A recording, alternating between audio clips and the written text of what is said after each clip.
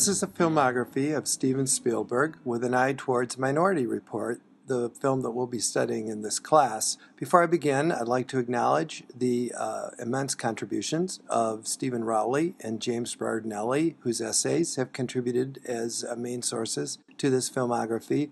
Also, I'd like to admit that I'm only touching on a few of Spielberg's films because he's been such a prolific director. In fact, his commercial success has probably contributed to the great deal of criticism that he's faced. I don't think all of that is justified. Nevertheless, let's begin with Spielberg's career in television, which was not particularly remarkable, with the exception of the television feature Duel, starring Dennis Weaver. In fact, Duel anticipates the suspense that we will enjoy in Jaws, Jurassic Park, and of course, Minority Report. It's about a salesman traveling by car over the countryside who is stalked by a homicidal truck driver. After Duel, Spielberg had the opportunity to direct his first feature film, The Sugarland Express, which was not particularly popular at the box office, but he was praised by critics for editing and cinematography.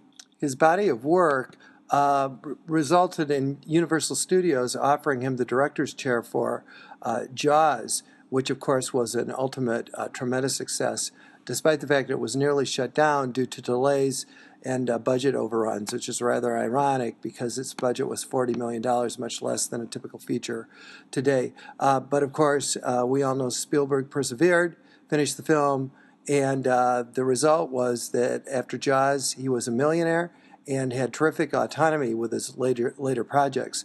One of the next projects also included actor Richard Dreyfuss, and that was the movie about UFOs, which became Close Encounters of the Third Kind. So we'll notice that, like Minority Report, Spielberg has an interest in science fiction.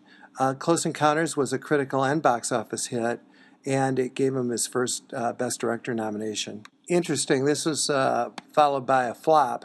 1941 was a World War II farce that wasn't nearly as successful. But we see this throughout Spielberg's career. He rebounded from this, and through a collaboration with his friend George Lucas, he directed Raiders of the Lost Ark, the first Indiana Jones picture. We all know how that turned out. Ironically, Raiders probably is more akin to Lucas's body of work than Spielberg's. But without question, Spielberg knows how to direct an action movie, and that's what Minority Report is. The next film to consider would be another science fiction success, and that would be E.T., the Extraterrestrial. It's probably Spielberg's most sincere and heartfelt film. It's tremendously popular. It was also nominated for 9 Academy Awards, including Best Picture and Best Director. Following this was another dud. Alice Walker's The Color Purple is an improbable novel to form the subject of a Hollywood film. And Spielberg, to his credit, attempted it, but watered down the story somewhat and made it more melodramatic than the original source work, and it was neither a critical nor particularly popular success.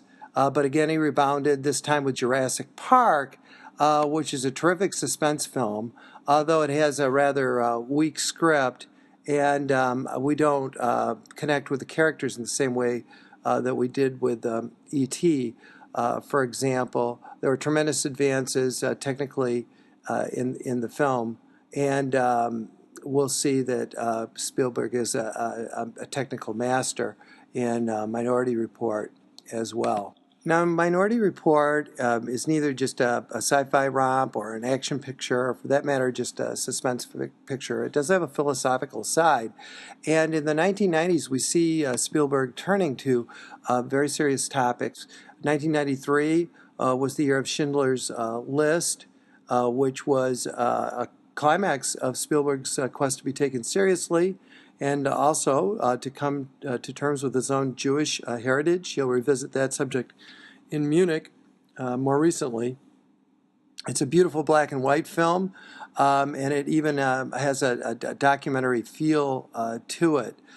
Some critics felt that Schindler's List focused too much on the Jews who survived the camp, but I think this is unfair because it is certainly portrays the horror of the Holocaust, a symptom of just resentment over a commercially successful director visiting a subject like that. Saving Private Ryan is another World War II vintage film, which also deals, of course, with extremely serious subject matter, focusing on the D-Day assault. In fact, the early sequence in the film is about as gut-wrenching a sequence of cinema as I've ever seen in my life as the troops hit Omaha Beach. Nevertheless, the film does draw on to a very conventional conclusion, sort of climaxing in a traditional battle over saving a bridge. Hollywood loved it. The critics liked it too, and the film earned Spielberg his second Best Director award. Unfortunately, Spielberg also opted for sentimentality and a conventional ending for the film that we'll be watching, the 2002 Minority Report, which poses classic philosophical questions, as the source material does, written by Philip K. Dick, surrounding free will versus determinism. One of the main questions the film raises is whether the future is set or whether free will can alter the future. Um, this, however, I find is the only major fault of the film. It has several strengths. From a stylistic standpoint, Minority Report resembles Spielberg's previous film, AI. The picture was deliberately overlit, and the negative was bleach bypassed during post-production. This gave the film a distinctive look with colors desaturated, yet the blacks and shadows have a high contrast, looking like a film noir picture. And I quote from James Berardinelli, "The special effects serve the ingenuity of the script, not the other way around. These days, many blockbusters offer eye candy without substance.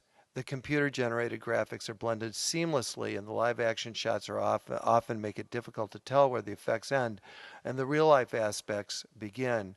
Production designer Alex McDowell studied modern architecture and created sets with many curves and reflective materials. Nokia designed the phones used by the characters, and Lexus paid producers $5 million to design the futuristic cars.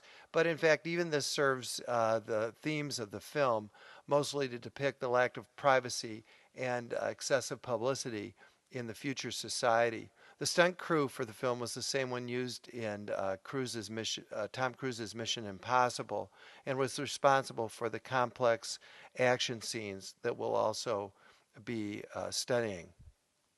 In 2005, Spielberg again collaborated with Cruise, directing a modern adaptation of War of the Worlds. Unlike E.T. and Close Encounters of the Third Kind, however, for this particular story, the aliens are quite menacing. War of the Worlds features very violent invaders and huge explosions, lots of action. It was a much bigger box office smash than Minority Report, but I think it's the inferior film, where here the special effects seem to crowd out some of the story elements, at least from my point of view. More recently, Spielberg has filmed Munich, and was one of Spielberg's most controversial films to date. It didn't adhere to historical accuracy. In 2007, Spielberg returned to Indiana Jones with The Kingdom of the Crystal Skull. And if you look at the Internet Movie Database, you'll see that he has an incredible number of films in production at the present time. Thanks for listening.